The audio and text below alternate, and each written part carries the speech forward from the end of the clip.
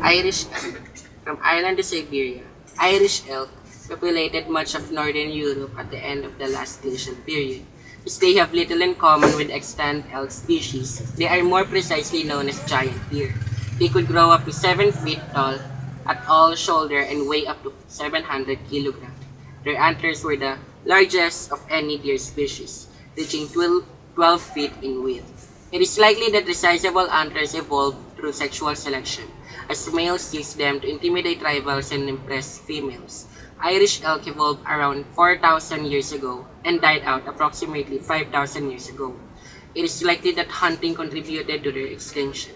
However, the retreating ice would have allowed different plants to flourish, which could have led Quagga. The quagga, a striking half-zebra, half-horse creature, is actually a subspecies of zebra that diverged around 200 years ago and became extinct in the 19th century. Quagga live in South Africa and got their name from the sound they make. It was hunted to extinction in 1883 to preserve that land for agriculture, animals, and for their meat and hides.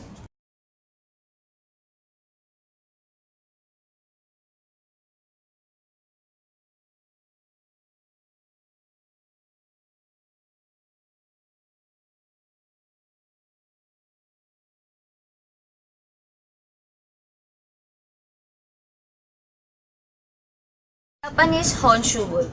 The Honshu wolf live on the Japanese islands of Shikoku, Shukyu, and Honshu.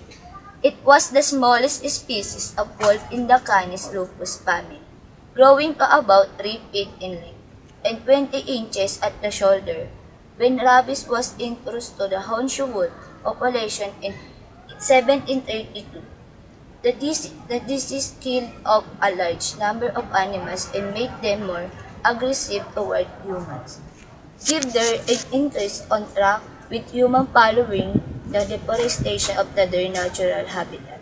Their aggression led to them being prolifically hunted until their extinction in 1905. the great auk. The great auk was a flightless bird that resembled the present-day penguin. Like the penguin, it was a powerful swimmer, stored fat for warmth, nested in dense colonies, and mated for life. However, it also had a heavy hooked beak. It could grow to almost 3 feet in height and live in the North Atlantic Ocean. Beginning in the 16th century, Europeans hunted the great auk to acquire its fleshy down feathers for pillows. The bird was later hunted in North America for fishing bait and commonly endured atrocities such as being skinned and burned alive for feathers and food. Great auks were easy to catch since they didn't fly. Once the species became rare, museums and collectors desired their own dead specimens, finally forcing the bird to extinction in 1852. In the 1770s, the British Parliament passed one of the earliest environmental protection laws, Pinta Island tortoise. The Pinta Island tortoise was a subspecies of giant tortoise that lived in the Galapagos Islands.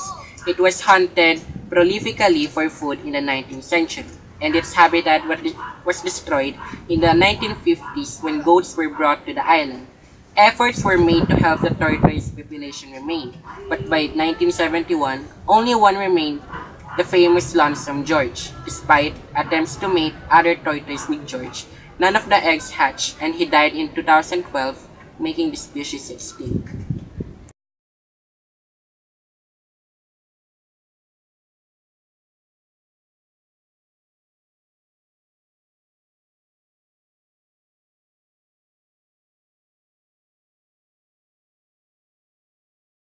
Stellar Seagull. Stellar Seagull was a huge, ant-eating sea mammal similar to the manatee in appearance. However, it could grow up to 9 meters long, 30 feet. It was discovered by George Wilhelm Steller, and within 3 decades was hunted to extinction by Europeans who followed Stellar's route. This tame animal This Mylodon lived in North and South America at the end of the last glacial period. thought it evolved as a separate species around 2.5 million years ago. The largest subspecies, Smilodon populator, called fish, were 100 kilograms in weight, 3 meters in length, and 1.5 meters tall at the shoulder.